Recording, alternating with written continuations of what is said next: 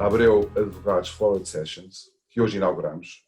São sessões webinar para conversas, debates e apresentações para temas do interesse da economia, focados na procura de soluções e caminhos sustentáveis. Esta iniciativa está inserida no âmbito Helpdesk Covid-19, uma equipa multidisciplinar da Abreu Advogados, preparada para o aconselhar e acompanhar na antecipação dos desafios e na definição estratégica de cenários e respostas com vista à sustentabilidade empresarial. Visite abreuadvogados.com para mais informação. Vamos então dar início à sessão de hoje, dedicada às condições e desafios para a concessão do crédito. Eu sou o José Maria Correia de Sampaio, co-coordenador da equipa de financeiro da Abreu Advogados. E connosco temos o Dr. Luís Marques Mendes, consultor da Abreu Advogados, e o Dr. Vítor Fernandes, administrador executivo e Chief Commercial Officer no Novo Banco. Recordo que no final da sessão responderemos às questões que nos colocaram no momento da inscrição. Dr. Vítor Fernandes, vamos então começar esta sessão. Vamos iniciar por uma explicação, enfim, e explanação das linhas de apoio Covid-19. Doutor, passava-lhe a palavra então para fazer esta apresentação. Muito bom dia a todos. Em primeiro lugar, gostava de agradecer à Abreu Advogados, nas pessoas dos seus doutores José Correia Sampaio e o doutor Luís Marques Mendes, de participar neste webinar num momento tão difícil para o país, para os portugueses e para a economia. O objetivo é dar uma panorâmica dos instrumentos públicos que neste momento estão disponíveis através do sistema bancário para apoio ao tecido empresarial português. São dois os instrumentos existentes neste momento. Em primeiro lugar, as linhas de crédito garantidas e, em segundo lugar, as moratórias de crédito que resultam do recente decreto-lei, saído do parte do Governo. Começando pelas linhas de crédito, a primeira que surgiu no tempo foi a linha Capitalizar 2018, que tem uma garantia pública de 80%. Foi o primeiro instrumento disponível, dado a urgência de criar linhas rápidas, e esta linha de Capitalizar 2018 surgiu com a equivalência de todas as outras linhas que já tinham sido aprovadas pela Comissão Europeia. Começou por ter 200 milhões de capital disponível, já tendo subido para 400 milhões. É genérica para todos os setores de atividade. Tem um máximo de 1,5 milhão de euros para fundo de maneio e 1,5 milhão de euros para tesouraria. Um prazo de reembolso, no caso de fundo de maneio, de 4 anos e de tesouraria de 1 a 3 anos. As condições de acesso são de preferencialmente para pequenas e médias empresas que tenham uma situação líquida positiva no último balanço aprovado, não tenham incidentes na banca, que tenham a situação regularizada com o Estado, fiscal e segurança social. E muito importante, dado que é uma linha que estava ao abrigo de todas as outras linhas já aprovadas, tem um limite ao regime de auxílios de Estado, conhecido por minimis, que limita o apoio público a um grupo económico. O que este limite minimis é bastante limitativo e que dificilmente atingirá os 3 milhões de euros por empresa. Em face de todas estas limitações, quer de montante, quer de acesso, o Estado publicou uma nova linha acordada com a Comissão Europeia, retirando a restrição do minimis, linha essa no valor de 3 mil milhões de euros, mas só para os setores mais afetados. Os montantes também são diferentes. Nesta linha de 3 mil milhões, tem um limite máximo por empresa de 50 mil euros para microempresas, 500 mil euros para pequenas empresas e 1,5 milhão de euros para médias e mid-caps.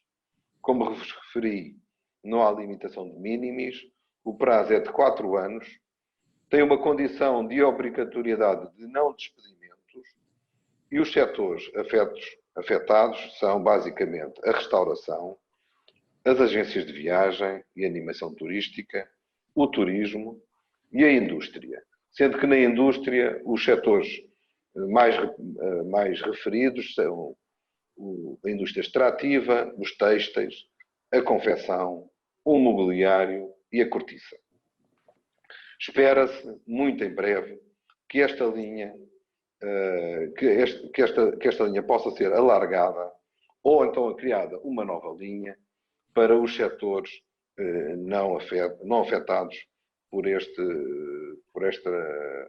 situação que temos neste momento na economia portuguesa e na economia europeia.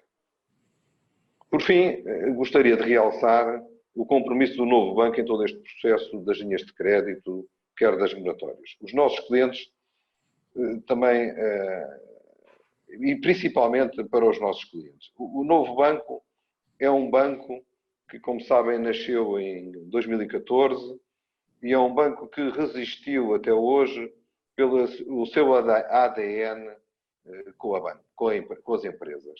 E, portanto, nós estamos cá para apoiar as empresas, os nossos clientes, e estamos convictos que vamos conseguir dar a liquidez necessária para que se passe neste momento da forma menos traumática possível neste momento tão difícil que estamos a ter neste momento. E sobre as linhas de crédito, era isto que vos queria dizer. Dr. José Correia Sampaio, sei que tem algumas perguntas para fazer que eu posso tentar responder. Tem que sim, senhora. Doutor, olha, muito obrigado. Foi bastante clara a apresentação das linhas de crédito. Tenho aqui um conjunto de questões a colocar. No que respeita, desde logo, às condições de acesso e, portanto, quem é que são os beneficiários destas linhas. Diz que uma das condições é as empresas apresentarem uma situação líquida positiva no último balanço aprovado. E a minha pergunta é, como é que será feita a verificação desta situação líquida positiva das empresas?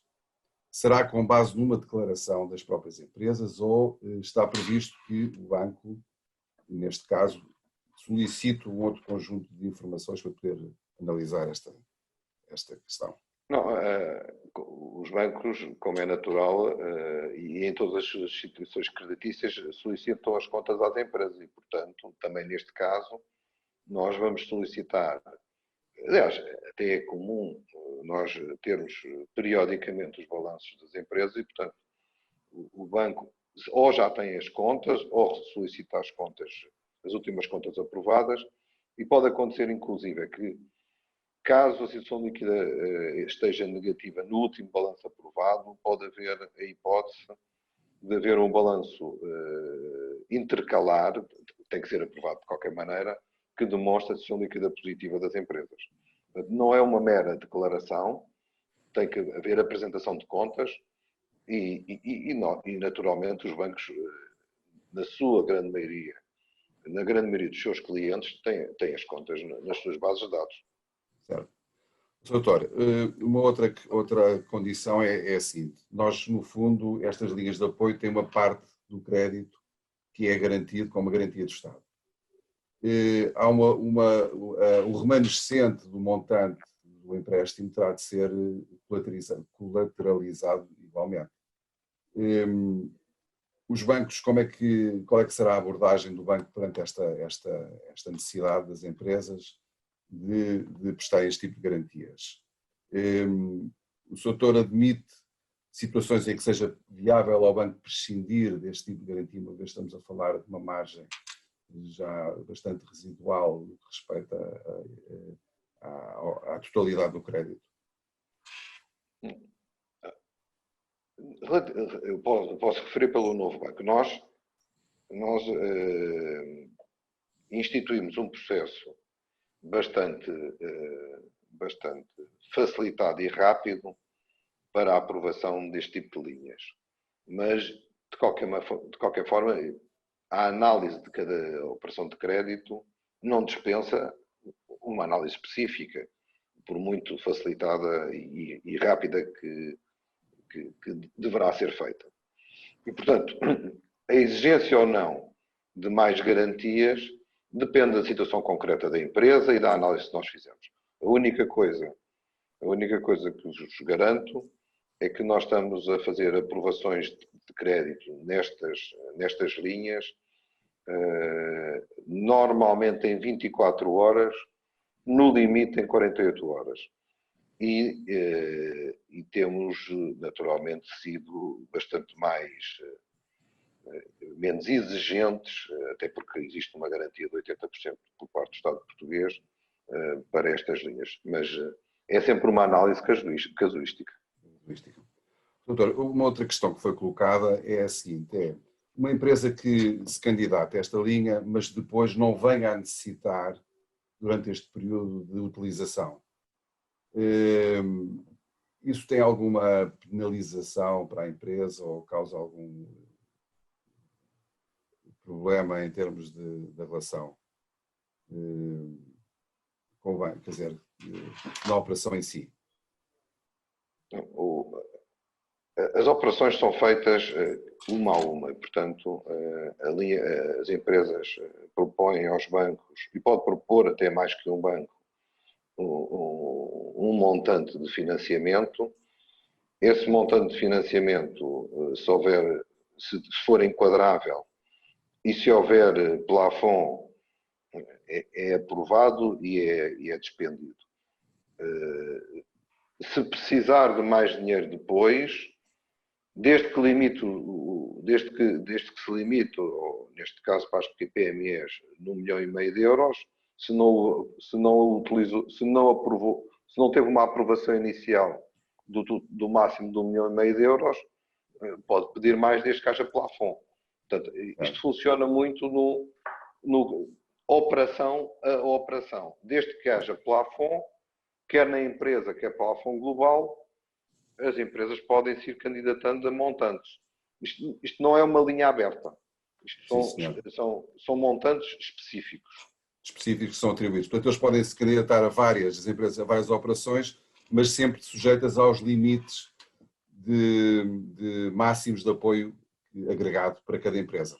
Uma empresa agora pode candidatar, vamos dizer, para 500 mil euros, se for uma PME. Certo. E pode ser aprovado. Daqui a 2 meses, acha que os 500 mil euros foram insuficientes e quer pedir mais 500 mil. Pode aprovar mais 500 mil, porque tem um limite geral de 1,5 milhão. Mas nessa altura pode já não haver plafond, em termos globais. Certo. Embora a informação que nós temos, mas ainda não foi publicada, e portanto só quando for publicada é que se torna concreta, é que este limite de 3 mil milhões vai subir. Mas a informação que nós temos agora é sobre os 3 mil milhões. Sim, senhor. E só para aqueles setores. Muito bem. Doutor, outra questão que é a seguinte. Portanto, o Governo aprovou estas linhas de apoio garantido. A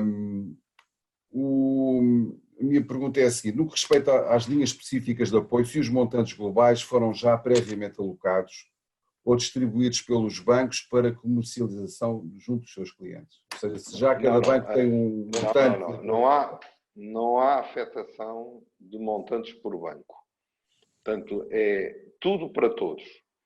E funciona numa lógica, no fundo, first in, first out. Ou seja, as primeiras que forem aprovadas pelas sociedades de garantia mútua, porque o processo é, primeiro, a linha ou o montante é aprovado pelo banco, a seguir vai para as sociedades de garantia mútua que aprovam ou não o financiamento e só depois é que o financiamento fica no fundo, aprovado na sua totalidade.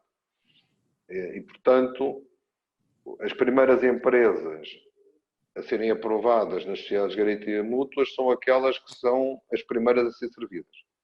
Senhor. Eu acho que isso é uma informação importante para as empresas, para elas também se organizarem e atuarem neste cenário. Aliás, como eu referi na primeira intervenção, a linha capitalizada 2018, tal que começou por 200 milhões de euros e depois foi estendido para 400 milhões de euros, a informação que nós temos neste momento é que ela está praticamente esgotada. Doutor, uma última questão sobre as linhas de apoio. Portanto, estes apoios destinam-se exclusivamente ao financiamento de necessidades de tesouraria. Os bancos, ou enfim, neste caso o novo banco, poderá completar estas necessidades conjugando estes apoios com a atribuição de outro tipo de apoios? O novo banco não está exclusivamente a trabalhar com estas linhas. O novo banco continua a apoiar a economia portuguesa nas suas necessidades básicas. É natural que neste momento estejamos muito focados nestas linhas, porque estas são as linhas que são mais urgentes colocar nos nossos clientes. Outro tipo de apoios, para além destas linhas, para os nossos clientes, são vistos como sempre foram vistos, caso a caso. A única coisa que nós fizemos neste momento é que reduzimos um pouco o nosso apetite de risco para não clientes. Ou seja, para os clientes que não trabalham habitualmente com o novo banco, nós hoje estamos um pouco mais restritos, porque também não sabemos o que é que vai acontecer à economia portuguesa daqui para a frente, e, portanto, estamos focados fundamentalmente para os clientes que têm dado o privilégio ao novo banco de trabalhar com eles. Bem, doutor, não tenho aqui mais nenhuma questão no que respeita a estas linhas, às linhas de apoio do Covid-19. Doutor, só uma última. Pensa que vão haver que estes montantes serão estendidos e eventualmente até outros setores de atividade, este tipo de apoios? O que nós estamos à espera é que isso aconteça mesmo. Estamos à espera que os montantes sejam... Aliás, como repararam ontem, na comunicação social foi anunciado que a Comissão Europeia tinha aprovado um aumento, salvo erro, para 13 mil milhões de ajudas à economia portuguesa. Não sabemos que tipo de ajudas é que são. Podem ser através de financiamentos de garantia mútua ou outro tipo de apoios. Portanto, estamos à espera que haja novidades nos próximos dias e espero, sinceramente, que se estenda também a outros setores de atividade, porque os efeitos na economia são transversais, genericamente, e, de facto, neste momento, a única linha que existe para os setores considerados não afetados é a linha da Capitalizada 2018, que, como referi, parece-me que está razoavelmente esgotada. Doutor, então eu propunha-lhe passarmos então para outro apoio que neste momento está disponível para as empresas, seria então a moratória nos pagamentos das operações de crédito pendentes, decorrentes do Decreto-Lei 10J de 2020. Muito bem. Se eu encontrasse aqui as minhas notas, eu começava com... Exatamente. Já encontrei aqui as minhas notas. Bom, o outro regime que foi instituído pelo Estado português através do Decreto-Lei 10J 2020, de 26 de março, foi o regime de moratórias de crédito. Assim, os bancos são obrigados a conceder uma moratória dos seus financiamentos a todas as empresas com sede e atividade em Portugal, uma exceção do setor financeiro, que não estejam em mora há mais de 90 dias, que tenham a sua situação fiscal e segurança social regularizada e basicamente são estes os principais critérios. A moratória possibilita até 30 de setembro uma não revogação por iniciativa do banco das linhas contratadas, uma suspensão do pagamento das prestações de capital, juros e rendas, sendo o prazo de pagamento estendido por igual período.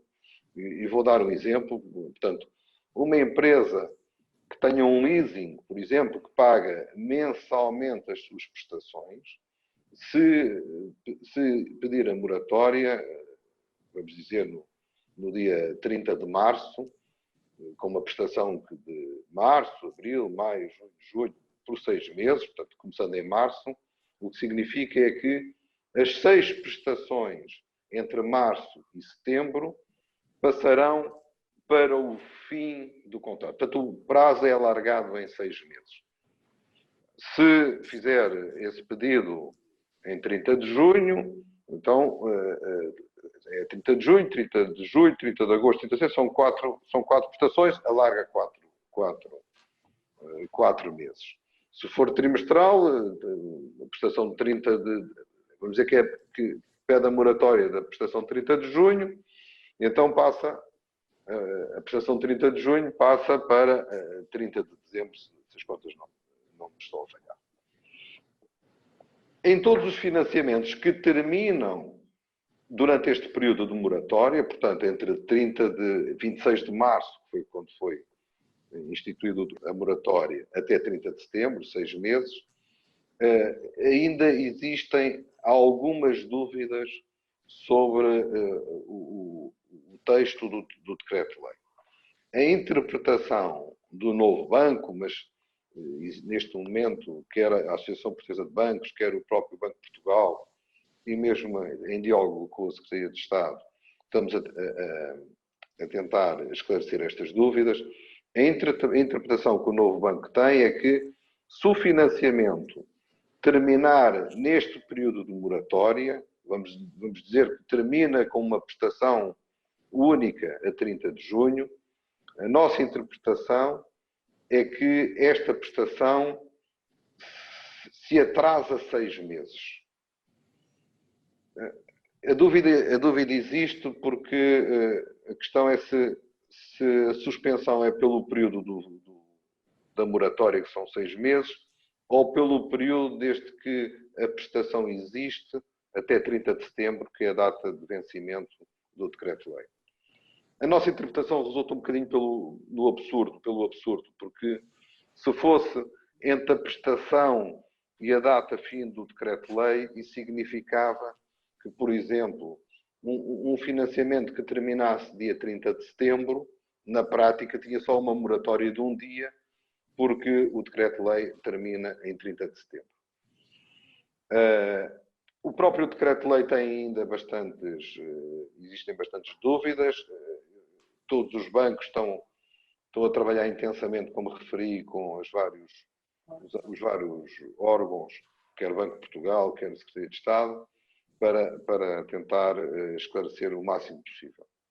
Mas, basicamente, a moratória é o que faz. A moratória não permite a revogação de linhas e atrasa, no fundo, os pagamentos, quer de capital, quer de juros, por um período máximo de 6 meses.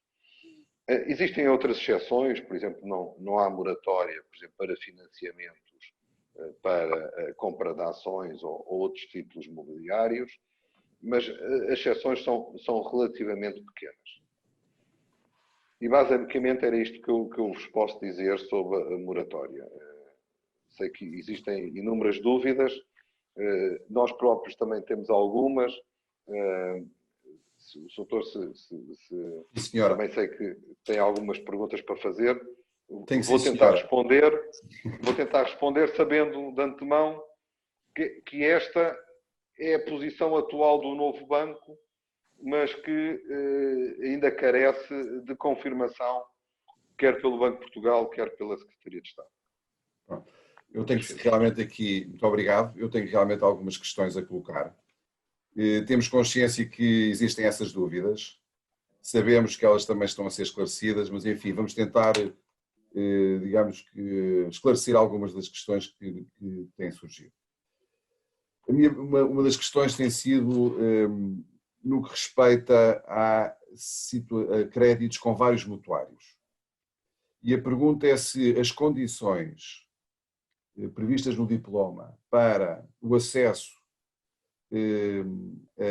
à moratória, se elas se têm de verificar cumulativamente relativamente a todos os mutuários, ou se basta um deles, verificando-se as condições relativamente a um deles, se já é possível ter acesso à moratória. Não é uma sessão muito frequente. O nosso entendimento é que se deve verificar cumulativamente. Cumulativamente. Sim, senhora. Outra das condições para as entidades beneficiárias, ou seja, para se beneficiar deste regime, é de que a 18 que as entidades não estejam a 18 de março em mora ou incumprimento há mais de 90 dias junto das instituições. Isto é o que diz o diploma. Considera-se apenas a situação junto da instituição que aprecia o pedido da moratória, não relevando para efeitos da mesma um eventual incumprimento perante outras instituições do sistema bancário. Ou seja, se esta situação de incumprimento é vista banco a banco, na relação que o cliente tem com cada um dos bancos, ou se é, digamos, o seu perfil global perante o sistema bancário. A nossa interpretação do decreto-lei é que é banco a banco. Mas, como é uma situação um pouco estranha, porque esta mesma empresa, se tiver incumprimento noutro banco, acho que se está a furar um pouco o espírito do decreto. Este é tipicamente uma situação em que nós estamos a aguardar um esclarecimento do Banco de Portugal. Doutor, até porque, segundo o diploma, os bancos têm 3 dias úteis para responder Sim. ao cliente que ele não está, que ele não pode beneficiar. Portanto, é um prazo tão curto que eu penso que seria muito difícil estar a verificar junto de todo o banco, fazer a sua própria investigação. Não, existe a central de riscos do Banco de Portugal, e, portanto, a informação é razoavelmente rápida. Okay. Doutor, outra questão. Se o incumprimento ou mora relevantes, também havia esta questão, são só relativamente ao empréstimo a abranger pela medida ou relevam também outros? Ou seja, isto aqui seria uma outra alternativa, seria verificar não entidade a entidade, mas crédito a crédito. Ou seja, se eu estou em cumprimento, mesmo junto do único banco, estou em cumprimento deste contrato de crédito e, portanto, quanto a este, eu posso ter uma moratória, mesmo que no outro banco, no mesmo banco eu esteja em cumprimento no outro contrato, então este já não teria. É possível este tipo de abordagem? A nossa interpretação é que o incumprimento deve ser visto ao nível do cliente e não contrato a contrato. Ok.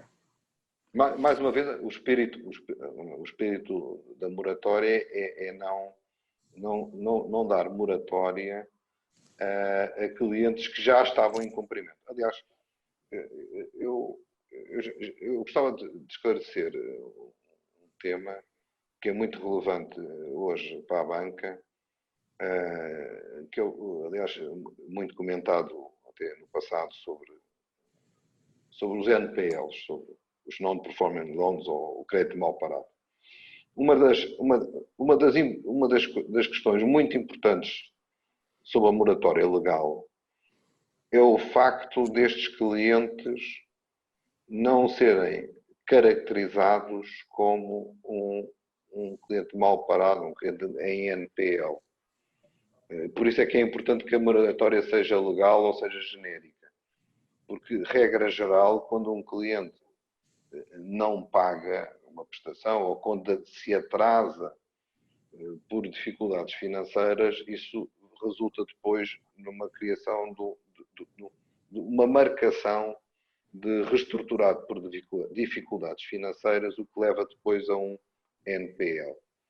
E, portanto, o que o legislador quis aqui é que esta moratória não é para, no fundo, salvar empresas que já estavam com dificuldades, mas sim para resolver problemas de empresas que estavam bem e que momentaneamente ficam com um estrangulamento de tesouraria, mas que tudo se espera que depois deste período comecem a funcionar de uma forma normal. Portanto, a lógica é que esta moratória não é para clientes que já estivessem com problemas. É com clientes que tinham a sua situação financeira completamente normalizada. Muito bem, Sr. Doutor.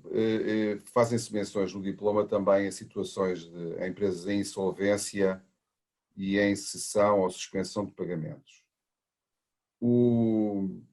Eu não sei se o banco já tem uma posição sobre isto, mas, por exemplo, se uma empresa com um PER já homologado pelo tribunal e em curso, se será elegível para efeitos da moratória? O nosso entendimento é que sim, desde que o PER já tivesse sido homologado e que estejam a cumprir todas as condições e que cumpram todas as demais condições, é que possa beneficiar. Mas, doutor, mais uma vez, este decreto foi feito em pouco tempo, como tinha que ser, e ainda tem uma série de dúvidas. É um dos temas que estamos à espera de confirmação. Confirmação. Tinha aqui mais um conjunto de questões. Eu peço desculpa, mas realmente as questões são muitas relativamente a este diploma e eu vou-lhe colocando, Sr. Doutor. Outra questão que temos é esta. Um dos requisitos também é a inexistência de execuções. Isto, como é que se vai aferir da inexistência de execuções? São execuções, está em causa apenas execuções movidas pelo próprio banco contra esse cliente, e já percebemos que nesse caso, obviamente, não tem possibilidade de acesso, mas se realmente tiver que ver e verificar a situação de um cliente junto de outras instituições bancárias, como é que pensa que o banco poderá, em termos operacionais, verificar desta condição de não existência de execuções? A central de riscos do Banco de Portugal permite visualizar com alguma facilidade e rapidez os processos judiciais em curso relativamente aos diferentes clientes do banco. Sr. Doutor, outra questão. Portanto, basicamente, eu estou a colocar estas questões porque, do ponto de vista operacional, para percebermos que tipo de documentação é que os clientes têm que juntar nos pedidos. Portanto, isto, no fundo, será o trabalho de cada instituição bancária ir verificar se estas condições se verificam ou não. Tinha aqui uma outra questão que tem a ver também ainda com os beneficiários. A lei fala da possibilidade de acesso por parte de empresários em nome individual e surge aqui a questão se também os trabalhadores independentes poderão ter acesso a esta moratória. Em princípio, sim, mas também é um dos temas que estamos a validar. Sim, mas, em princípio, é a nossa interpretação. Sim.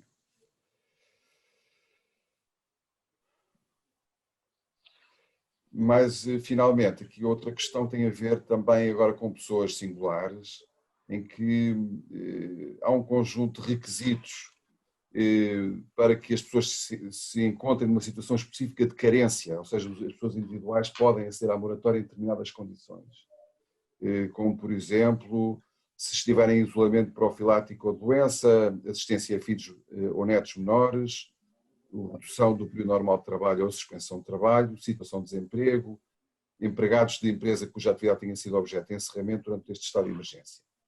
E a nossa pergunta é, quando um financiamento, como deve acontecer várias vezes nos créditos de habitação, por exemplo, em que apenas um dos mutuários está numa situação destas, será que ainda assim permite o acesso à moratória ou o facto do outro mutuário não estar numa situação destas impede essa é a nossa interpretação. A nossa interpretação é que basta um dos mutuários estar nessa situação para ter acesso à moratória.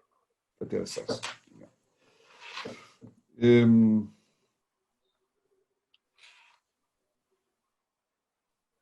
No que respeita às operações abrangidas, enfim, a forma como é identificado no decreto-lei é muito abrangente, portanto, no fundo diz que são todas as operações de crédito e depois exclui algumas.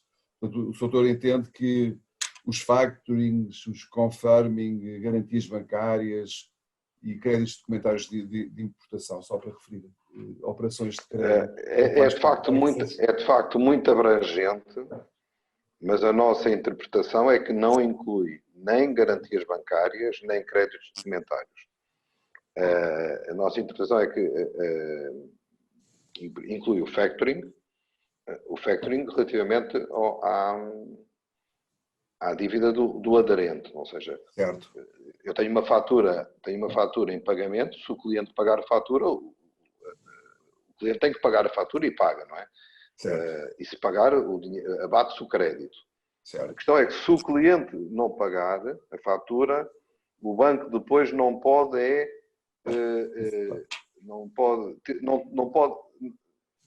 tem o direito ao recurso relativamente ao seu aderente. Mas, portanto, o factoring e o confirming estão incluídos. As garantias bancárias e os créditos documentários, a nossa interpretação é que não estão. Eu percebo. Portanto, nesses casos, suspendem-se os direitos do banco de atuação e poderá exercê-los no que respeita ao factoring e o confirming mais tarde, cessada a suspensão. Quanto à questão das garantias bancárias e créditos documentários de importação, pergunto se ainda se aguarda algum esclarecimento por parte do Banco de Portugal ou da Secretaria de Estado sobre esta matéria, ou se parece que é um tema já clarificado. Eu penso que é um assunto razoavelmente clarificado. Então, as garantias bancárias, por exemplo, estamos a falar, a garantia bancária não é um financiamento, não está sequer no âmbito do decreto-lei. Sim, senhor.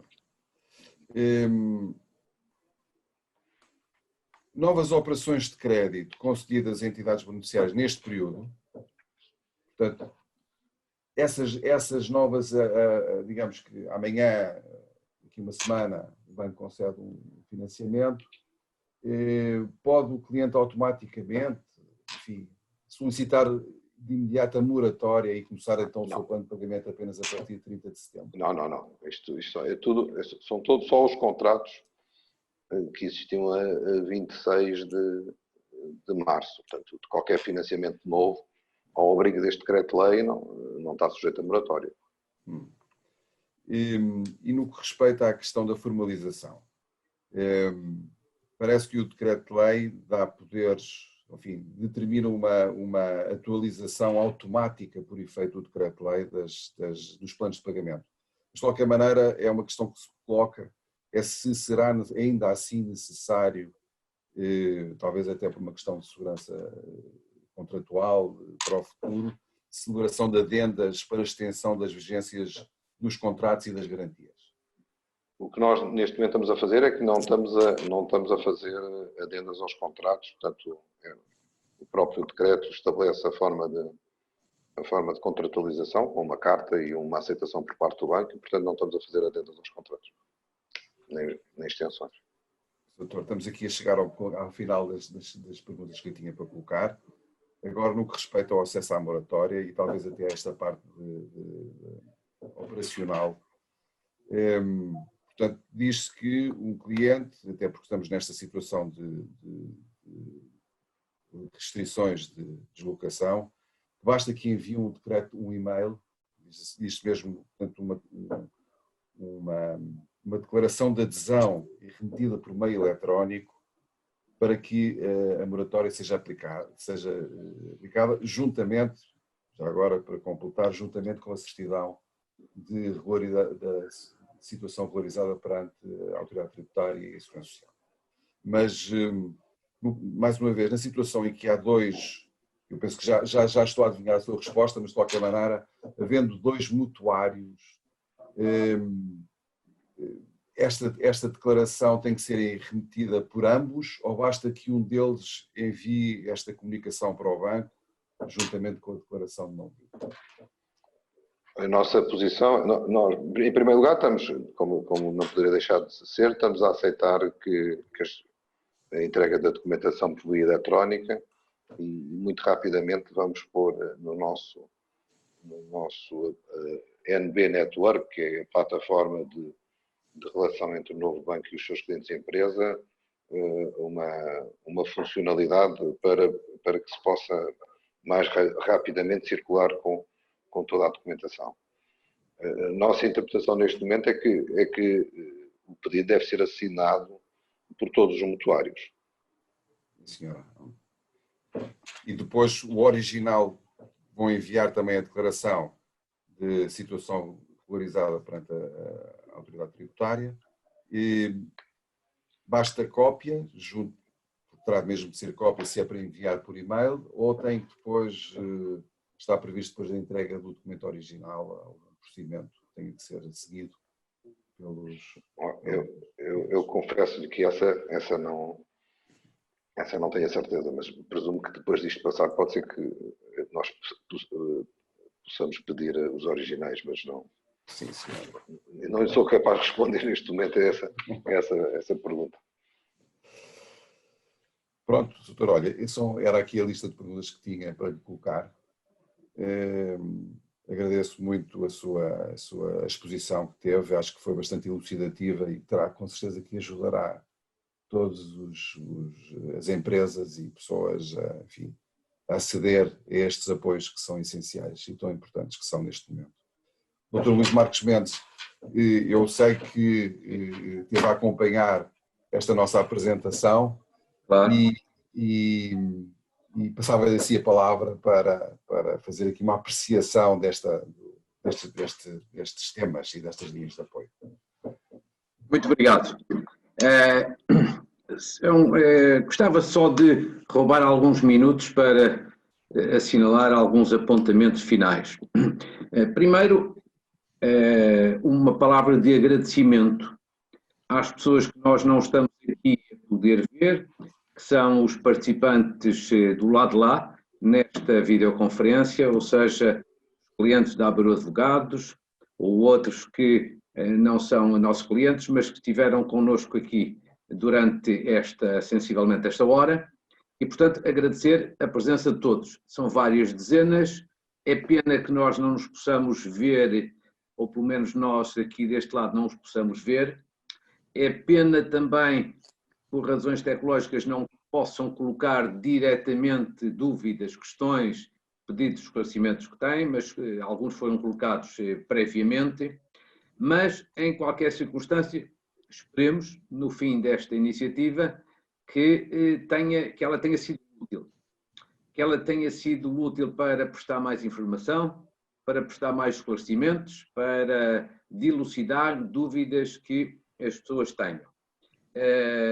Mas também gostava de acrescentar o seguinte: se mesmo depois desta videoconferência, alguns dos participantes, um ou outro, ou vários, continuarem com dúvidas, precisarem de mais explicações ou de mais informações, têm um bom caminho. Não hesitem, contactem aqui connosco, aqui na Abreu Advogados.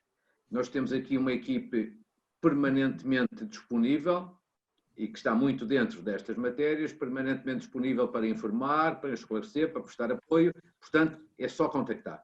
Eu digo isto porque admito que continuem a subsistir algumas dúvidas, não direi tanto na parte das linhas de crédito, a questão é mais objetiva, mas na componente das obrigatórias admito que continuem a existir várias dúvidas e, portanto, este é o tempo para explicar tudo, colocar tudo em pratos limpos, até porque depois pode haver interpretações aqui ou acolá diferentes do banco A para o banco B, e, portanto, ou seja, se precisarem, não hesitem em aqui recorrer à nossa disponibilidade e da equipe que temos, aqui coordenada pelo Dr. José Maria Correia Sampaio. Segundo, gostava de agradecer de uma forma muito particular ao Dr. Fernandes. Eu convidei-o há vários dias para esta iniciativa e queria agradecer-lhe o ter aceitado o convite, primeiro. Queria agradecer-lhe a sua intervenção, muito simples, clara, direta, como interessa nestes momentos, como importa para ser útil, e agradecer-lhe a sua amabilidade, por um lado, e a sua clareza de raciocínio e de informação, por outro lado. E estou certo que na parte do novo banco, quando qualquer um dos participantes aqui desejar fazê-lo diretamente, tenho aqui no Dr. Vítor Fernandes um excelente interlocutor. Uma palavra final para sublinhar aqui só 3 pontos. Primeiro, este processo de concessão de crédito ao abrigo destas linhas de crédito ainda está no início, ainda está com a primeira linha de crédito, aquela que foi referida de 400 milhões, mas aparentemente está a ser um processo rápido. Ou seja, entre a entrada dos pedidos, a aprovação do banco, das garantias mútuas e depois chegarem às empresas, aparentemente está a ser um processo rápido.